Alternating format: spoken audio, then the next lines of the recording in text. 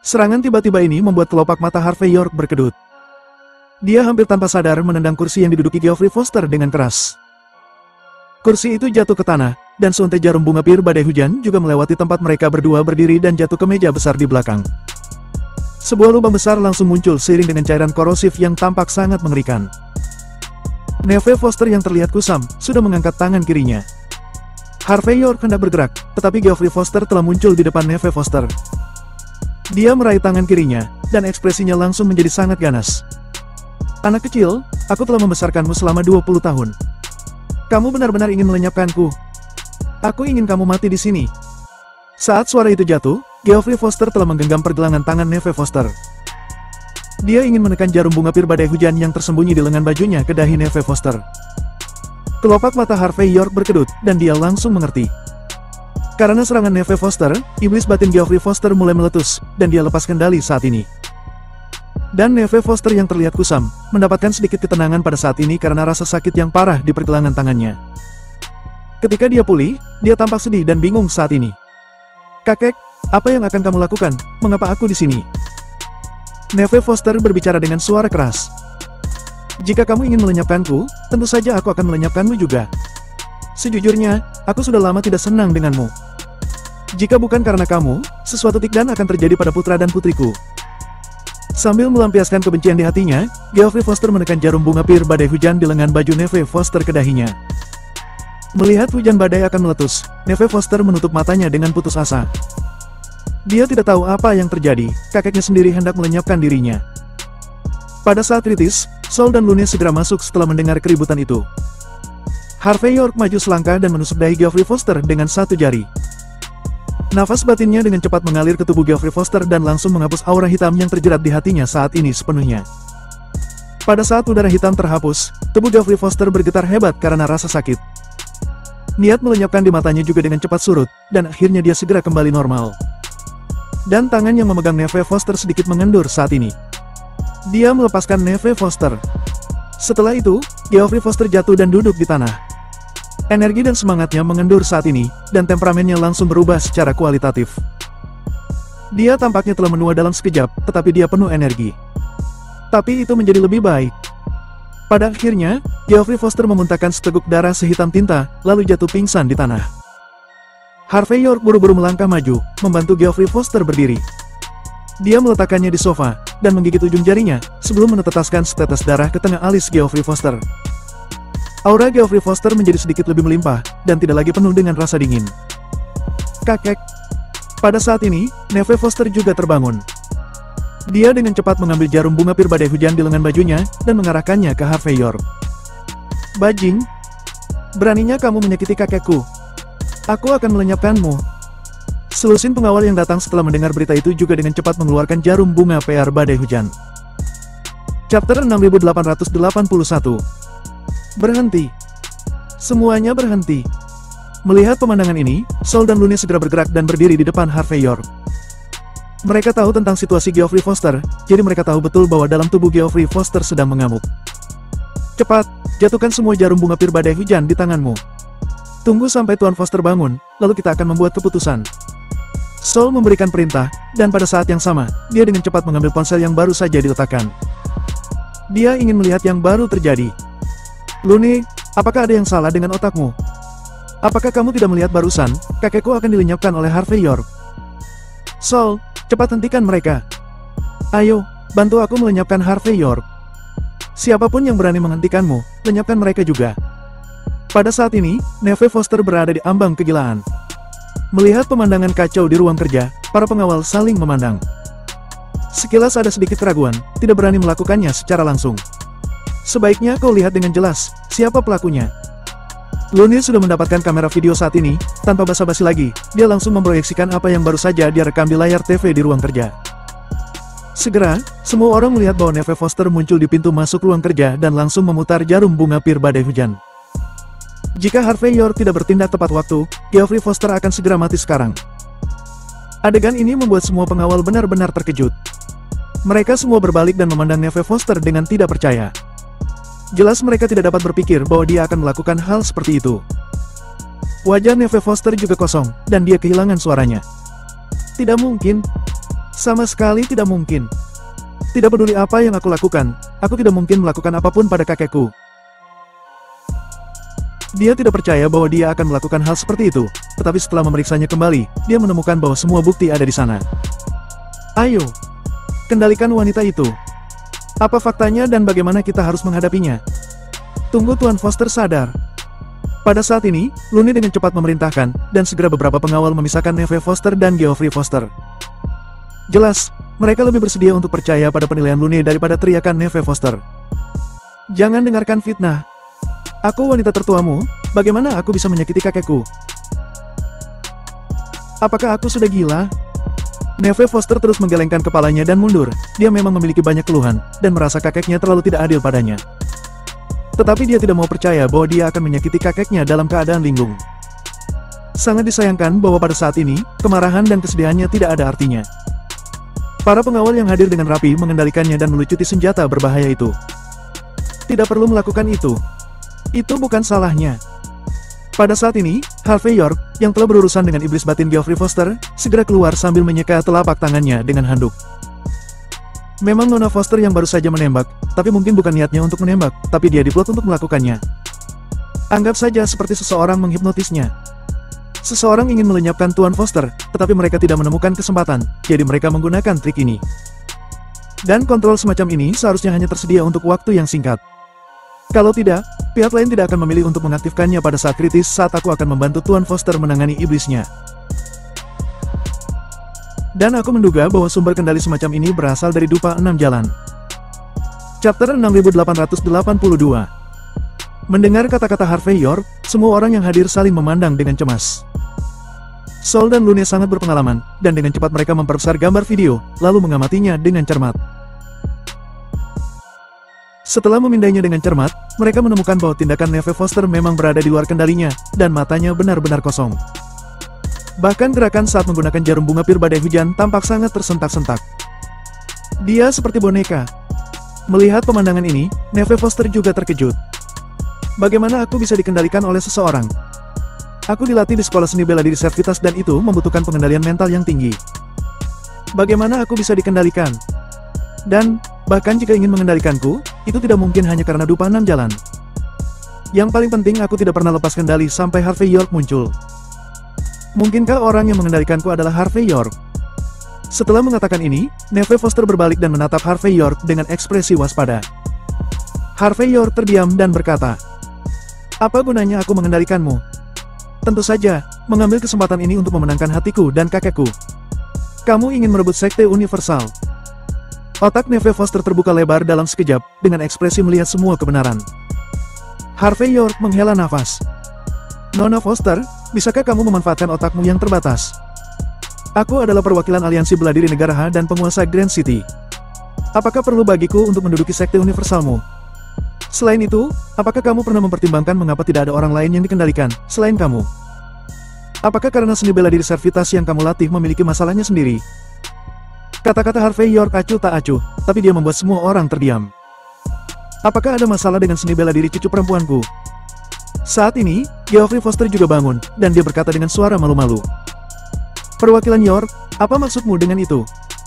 Pada saat ini, energi dan semangat Geoffrey Foster tampaknya telah meningkat pesat. Meskipun dia kurus kering, itu membuat orang merasa bahwa dia telah mendapatkan kehidupan baru. Dia juga seorang master seni bela diri, jadi setelah mendengar kata-kata Harvey York, dia dipenuh dengan rasa ingin tahu. Lagi pula, kemungkinan yang dikatakan oleh Harvey York benar-benar terjadi. Dia merasa sangat terkejut. Kakek, Sol dan Lune, Neve Foster dan yang lainnya secara naluriah ingin melangkah maju, tetapi Harvey York melambaikan tangannya untuk menghentikannya. Sambil memegangi nadi Geoffrey Foster, dia menggunakan energi internalnya untuk menyesuaikan energi internal Geoffrey Foster.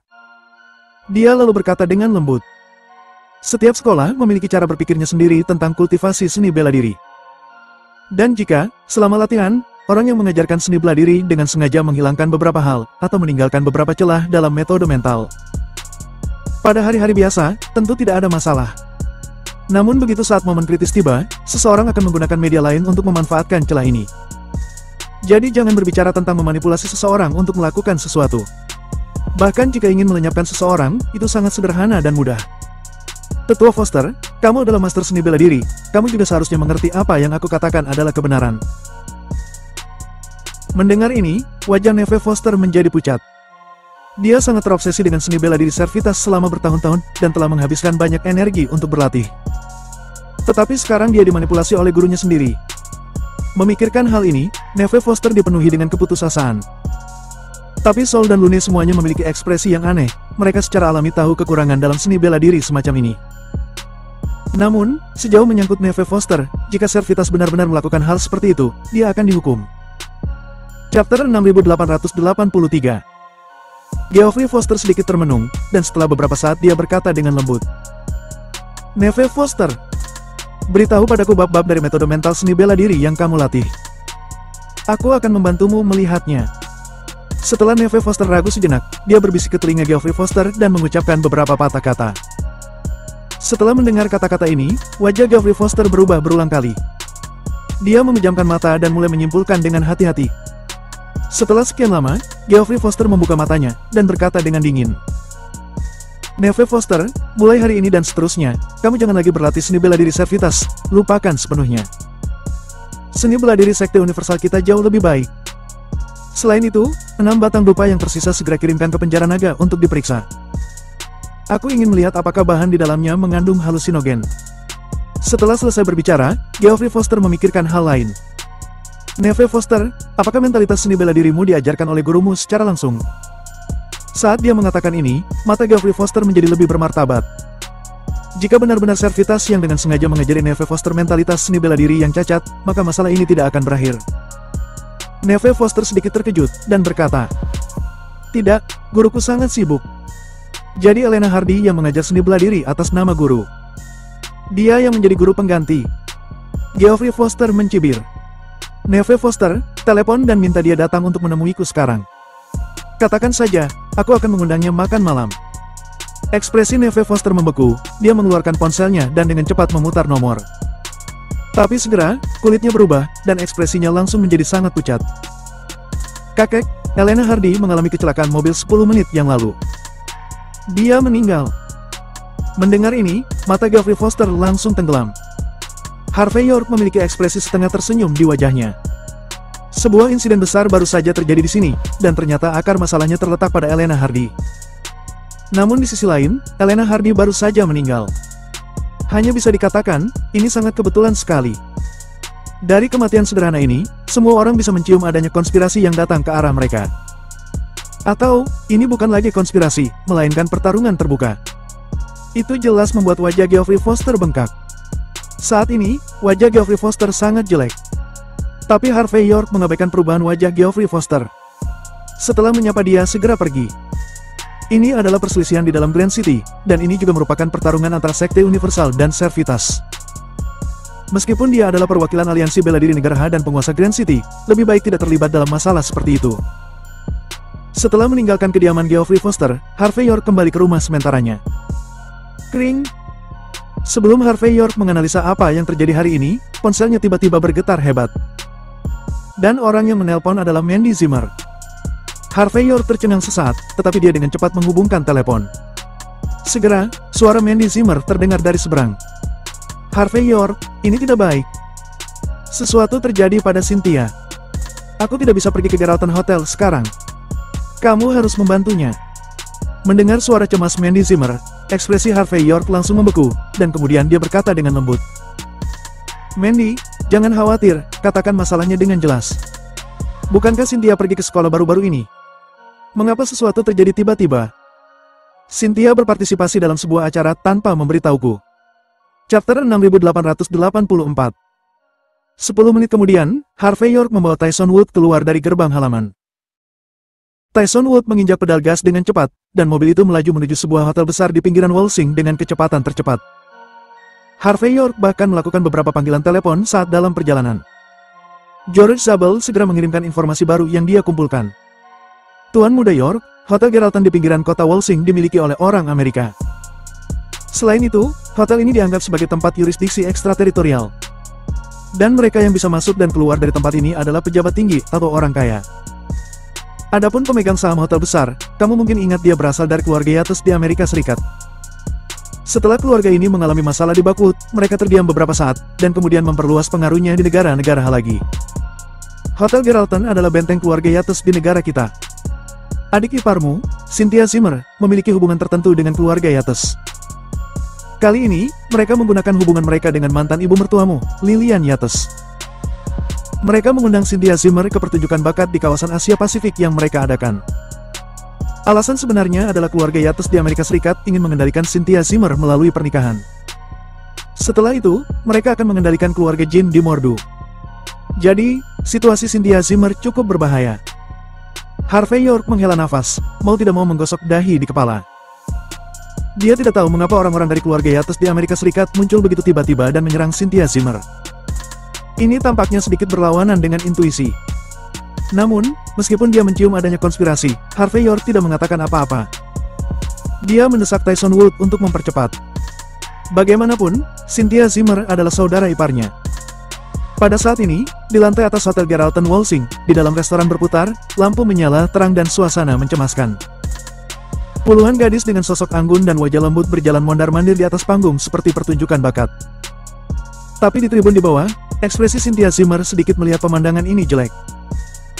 Karena, dia melihat bahwa gadis-gadis yang datang untuk berpartisipasi dalam kontes, seperti dia, tidak berpartisipasi dalam kontes dalam pengertian tradisional. Sebaliknya, dia dipilih oleh seorang pengusaha kaya atau generasi kedua, dan kemudian dengan malu-malu melemparkan dirinya ke pelukan pria itu. Adegan ini membuat Cynthia Zimmer merasa sangat sakit dan tidak nyaman. Di seberang Cynthia Zimmer adalah pria ras campuran yang mengenakan haute couture Givenchy. Pria itu memiliki rambut keriting dan menyisir rambutnya dengan cermat. Pada saat ini, dia mengguncang gelas anggur merah di tangannya, menatap Cynthia Zimmer di depannya dengan setengah tersenyum. Meskipun pria ini memiliki wajah tampan dan sosok yang tangguh, tidak peduli bagaimana melihatnya, ada aura feminin ada dalam dirinya. Dan dia jelas seorang master yang memanjakan dirinya sendiri. Dan di belakangnya, ada 5 orang barat yang tinggi dan kekar. Mata mereka bersinar terang, pelipis mereka menonjol tinggi, jelas mereka bukan orang biasa. Saudari Cynthia, apakah kamu sudah memikirkannya? Pria itu berkata sambil terus memutar gelas anggur merahnya. Apakah kamu benar-benar akan melakukannya? Kamu akan mengembalikan uang yang diambil ibumu dariku. Sebelum ibumu mengirimmu ke sini, dia menerima $140 juta dariku. Melihat hubungan darah kita, aku tetap membiarkanmu di sini. Jika kamu tidak menghormatiku, maka aku minta maaf. Kamu harus berdiri di atas seperti gadis-gadis itu dan membiarkan orang lain memilihmu.